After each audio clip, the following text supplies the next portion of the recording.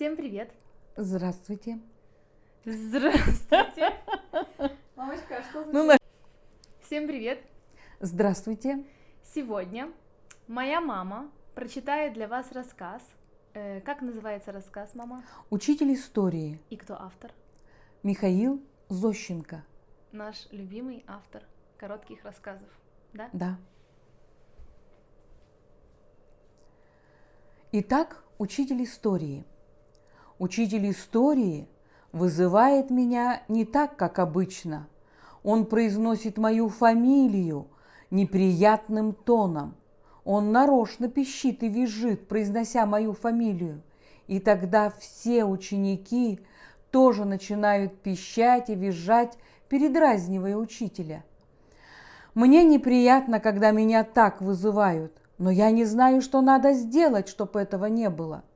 Я стою за партой и отвечаю урок. Я отвечаю довольно прилично, но в уроке есть слово «банкет». «А что такое банкет?» – спрашивает меня учитель. Я отлично знаю, что такое банкет. Это обед, еда, торжественная встреча за столом в ресторане. Но я не знаю, можно ли дать такое объяснение по отношению к великим историческим людям. Не слишком ли это мелкое объяснение в плане исторических событий? Я молчу. «А?» – спрашивает учитель, повизгивая. И в этом «а» я слышу насмешку и пренебрежение к себе. И, услышав это «а», ученики тоже начинают визжать.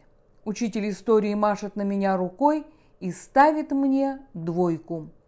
По окончании урока я бегу за учителем. Я догоняю его по лестнице. От волнения я не могу произнести слово, меня бьет лихорадка. Увидев меня в таком виде, учитель говорит: «В конце четверти я вас еще раз спрошу, натянем 3. «Я не об этом, говорю я. Если вы меня еще раз так вызовете, то я... «Что? Что такое?» – говорит учитель. «Плюну вас!» – бормочу я. «Что ты сказал?» – грозно кричит учитель и, схватив меня за руку, тянет наверх, в директорскую. Но вдруг отпускает меня и говорит: «Иди в класс». Я иду в класс и жду, что сейчас придет директор и выгонит меня из гимназии. Но директор не приходит. Через несколько дней учитель истории вызывает меня к доске. Он тихо произносит мою фамилию. И когда ученики начинают по привычке визжать, учитель ударяет кулаком по столу и кричит им молчать. В классе водворяется полная тишина. Я бормочу задания, но думаю о другом.